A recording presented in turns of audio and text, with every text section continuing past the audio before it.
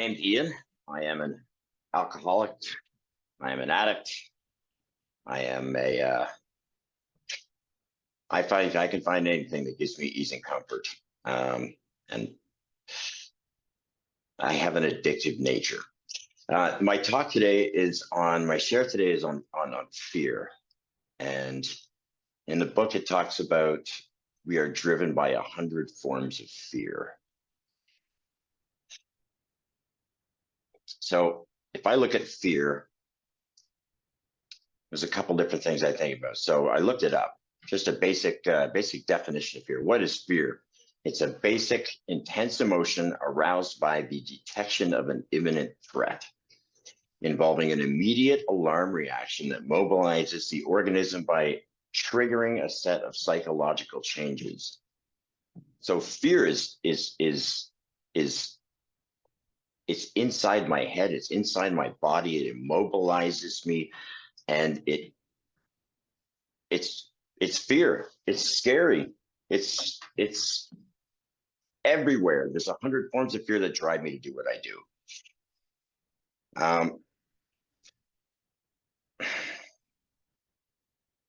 How have I dealt with fear? I've used medications. I've used drugs. I've used alcohol. I've used women, pornography, gambling, shopping, overeating. I try and rid myself of fear the only way I know how. And the problem is that there's no long-term solution in those methods. When I get scared, I want to get that feeling away. And what do? I put drugs into my system that gives me temporary relief. Now, the problem with that is that I have to constantly go back to it because it never worked the first time. When that high or that drunk or that whatever I seek for ease and comfort dissipates, I'm just back to fear. And now I've got guilt and remorse and everything else, and fear plays into that everywhere too. I can't get rid of it because I don't understand it. I don't see the gravity of how it plays out in my life. Fear is an enemy. And if I can't see my enemy, I don't know how to fight it. There is an unseen battlefield out there. And it's spiritual warfare, basically. Our addictions, we are told, is born out of a spiritual malady, and it presents as physical and mental. So it's basically a war on our very souls. What is my soul? It's my mind, it's my will, and it's my emotion. And what does fear do? It plays on that in every aspect. Fear can be intensely crippling. This is one thing I found. Dissociative amnesia is one of several dissociative disorders in which a person forgets key elements of their life and is therefore divorced from a full understanding of themselves and their current state. It often follows trauma or severe stress. In the case of dissociative amnesia, individuals suffer abnormal memory loss in ways that significantly disrupt their lives. They can forget events. They may forget who they are and everything about themselves and their personal history. That is psychological warfare. It all boils down to spiritual warfare. If I don't understand my enemy, or I can't even see my enemy, how am I supposed to fight my enemy? So again, I can't fight something that I can't see. I can't victory over something if I don't have the right type of defense. It's like I'm going into a battle. I'm blindfolded with a fishing knife, waving it around in hopes that I hit something, and that something is, kind of fish-like. On the other side of the battlefield is my enemy. It's 100 different forms of fear monsters, each one with a giant vaporizer that can turn me into pink mist in a nanosecond. And they're just, enjoying the show, watching me flounder around like an idiot, trying to hit something I can't even see. Now, there is a solution, and I'm going to get there. But let's go over examples of fear, my personal fears, how it played out in my life. So little fears. Does she like me? Will she say yes? I've got butterflies in my belly. That's little fears. But what are the fears that play behind that? Why am I afraid she's going to say no? I'm not good enough. I'm fear of rejection. I fear of being alone. That last one is, probably a big point that is making me ask her out in the first place. So when I was 18, I met this girl, and it all starts, I'm attracted to her. I'm hoping she's attracted to me. I ask her out, it goes well. We start living together. We start having sex. A month later, her ex-boyfriend knocks on the door and tells her that he's been diagnosed with HIV positive. She comes and she tells me, what do I do? I immediate fear grips me, and I break up with her. I kick her out of the house, and I avoid her at all costs. If I saw her on the street or in a bar or at a restaurant, I didn't walk, I ran. I did not want to know whether or not I had this disease. And I mean, I didn't get tested for 7 years. That's how much fear played into my mind, my emotions, and my will, how much fear gripped my very soul. And that sort of psychological fear, that deep penetrating fear, just got worse and worse and worse. What started off as probably too much drinking and too much medication turned into 7 years of continuously getting deeper and deeper and deeper into my addictions, because the fear started getting deeper and deeper and deeper inside of me. And I mean, if I look at the fears behind all that, I can see, like, am I dying of this disease? Am I going to die? Behind that, is there a God? If there's a God, is there an afterlife? Am I even good enough to get there? Does he even care? Is there a hell? Is that where I'm going? I mean, all these things, like someone told me in that time period that you can live with AIDS for up to 8 years, or HIV for up to 8 years. So I thought that was my mark. So 7 years turns, after 7 years, I ended up in the hospital. I was about 115 pounds.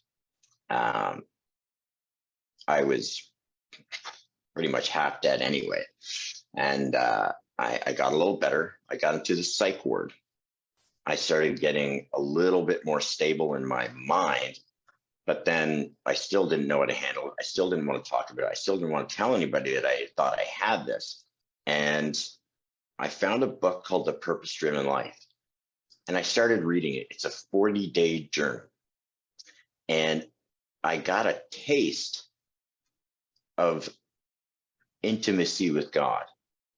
I didn't have a full-blown relationship. I had no understanding of what that meant.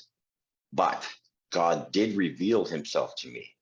He did play into my fears in a way that he started to give me peace. And the more peace that I got, the more rational my mindset. And I eventually got the courage to get tested.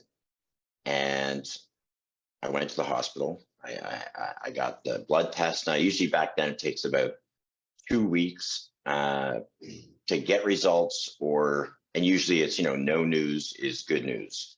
So I just fell to my knees. I prayed that night. I said, God, I cannot wait 2 weeks to not get a call. And anyway, I just said, I can't handle this. I can't handle the tension, the fear, the stress. It's playing on me. I can't think straight. After I prayed, I had this sense of peace that God had me. I woke up the next day, and about an hour later, the phone call came in. I got the test results the very next day, and it was negative. I did not have this horrible disease that I thought I was dying of.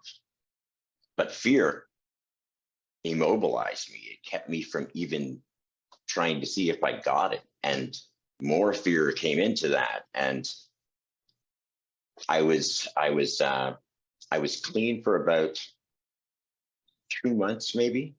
And the thing about my relationship with God back then is I only went to God when there was times of great trouble. So after I had passed that, I don't have this fear of dying anymore. I'm like, okay, I'm good. Thanks for your time. I'm gonna take the reins again. I'll take the wheel. I'm good now. Thank you very much. And I think it was 2 months, and I had relapsed, and there's a whole new set of fears to come in after that.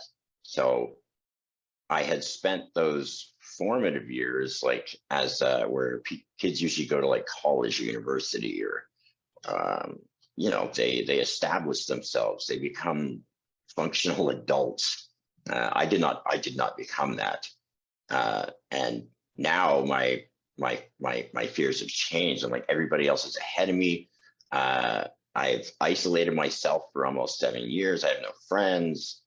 I went back to drugs. I went back to alcohol. And I didn't understand why. I didn't understand that I was an addict. I didn't understand that fear drove me. And I certainly didn't understand the solution. So there's the problem. There's the problem that we all face. We are driven by fear. And it can be subtle, like butterflies in the stomach or in the belly, or it can be huge, like big venomous bats in my belly, immobilizing me to the point where all I can do is drink or use to get through that psychological pain. Now, I took this from the big book, the solutions.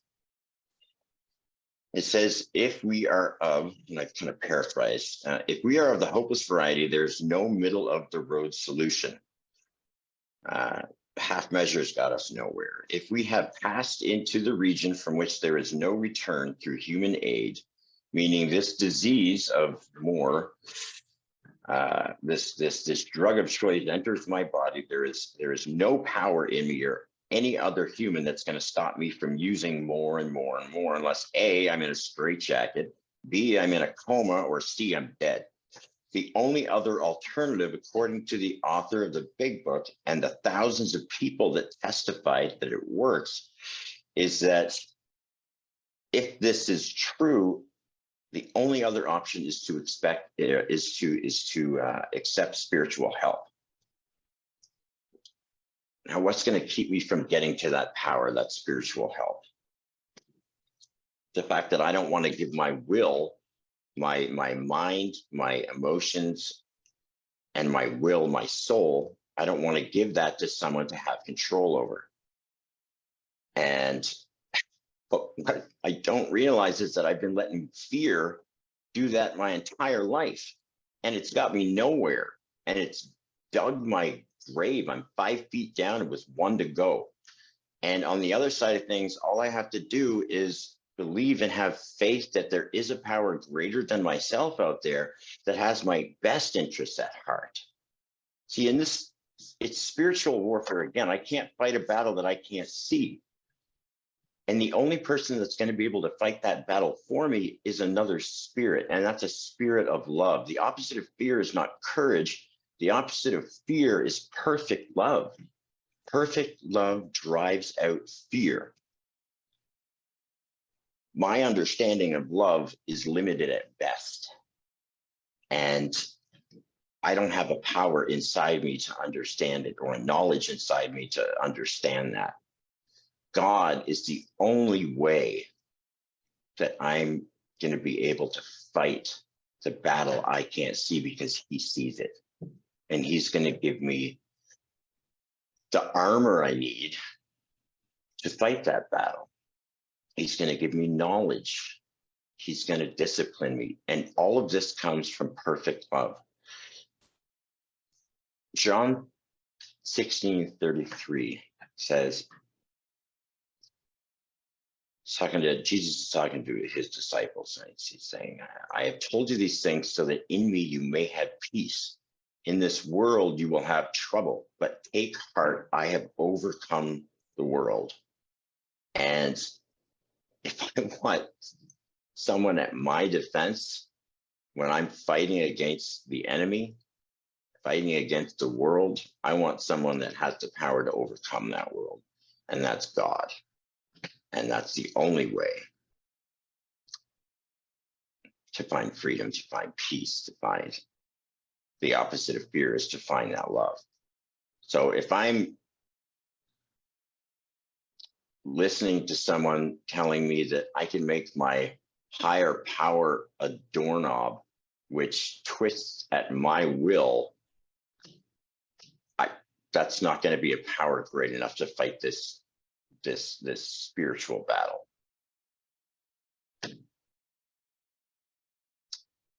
So instead of living in a constant state of anxiety and unrest, I found hope.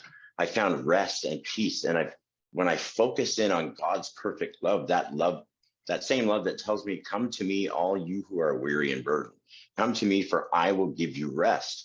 There's the solution. The solution is a power greater than myself.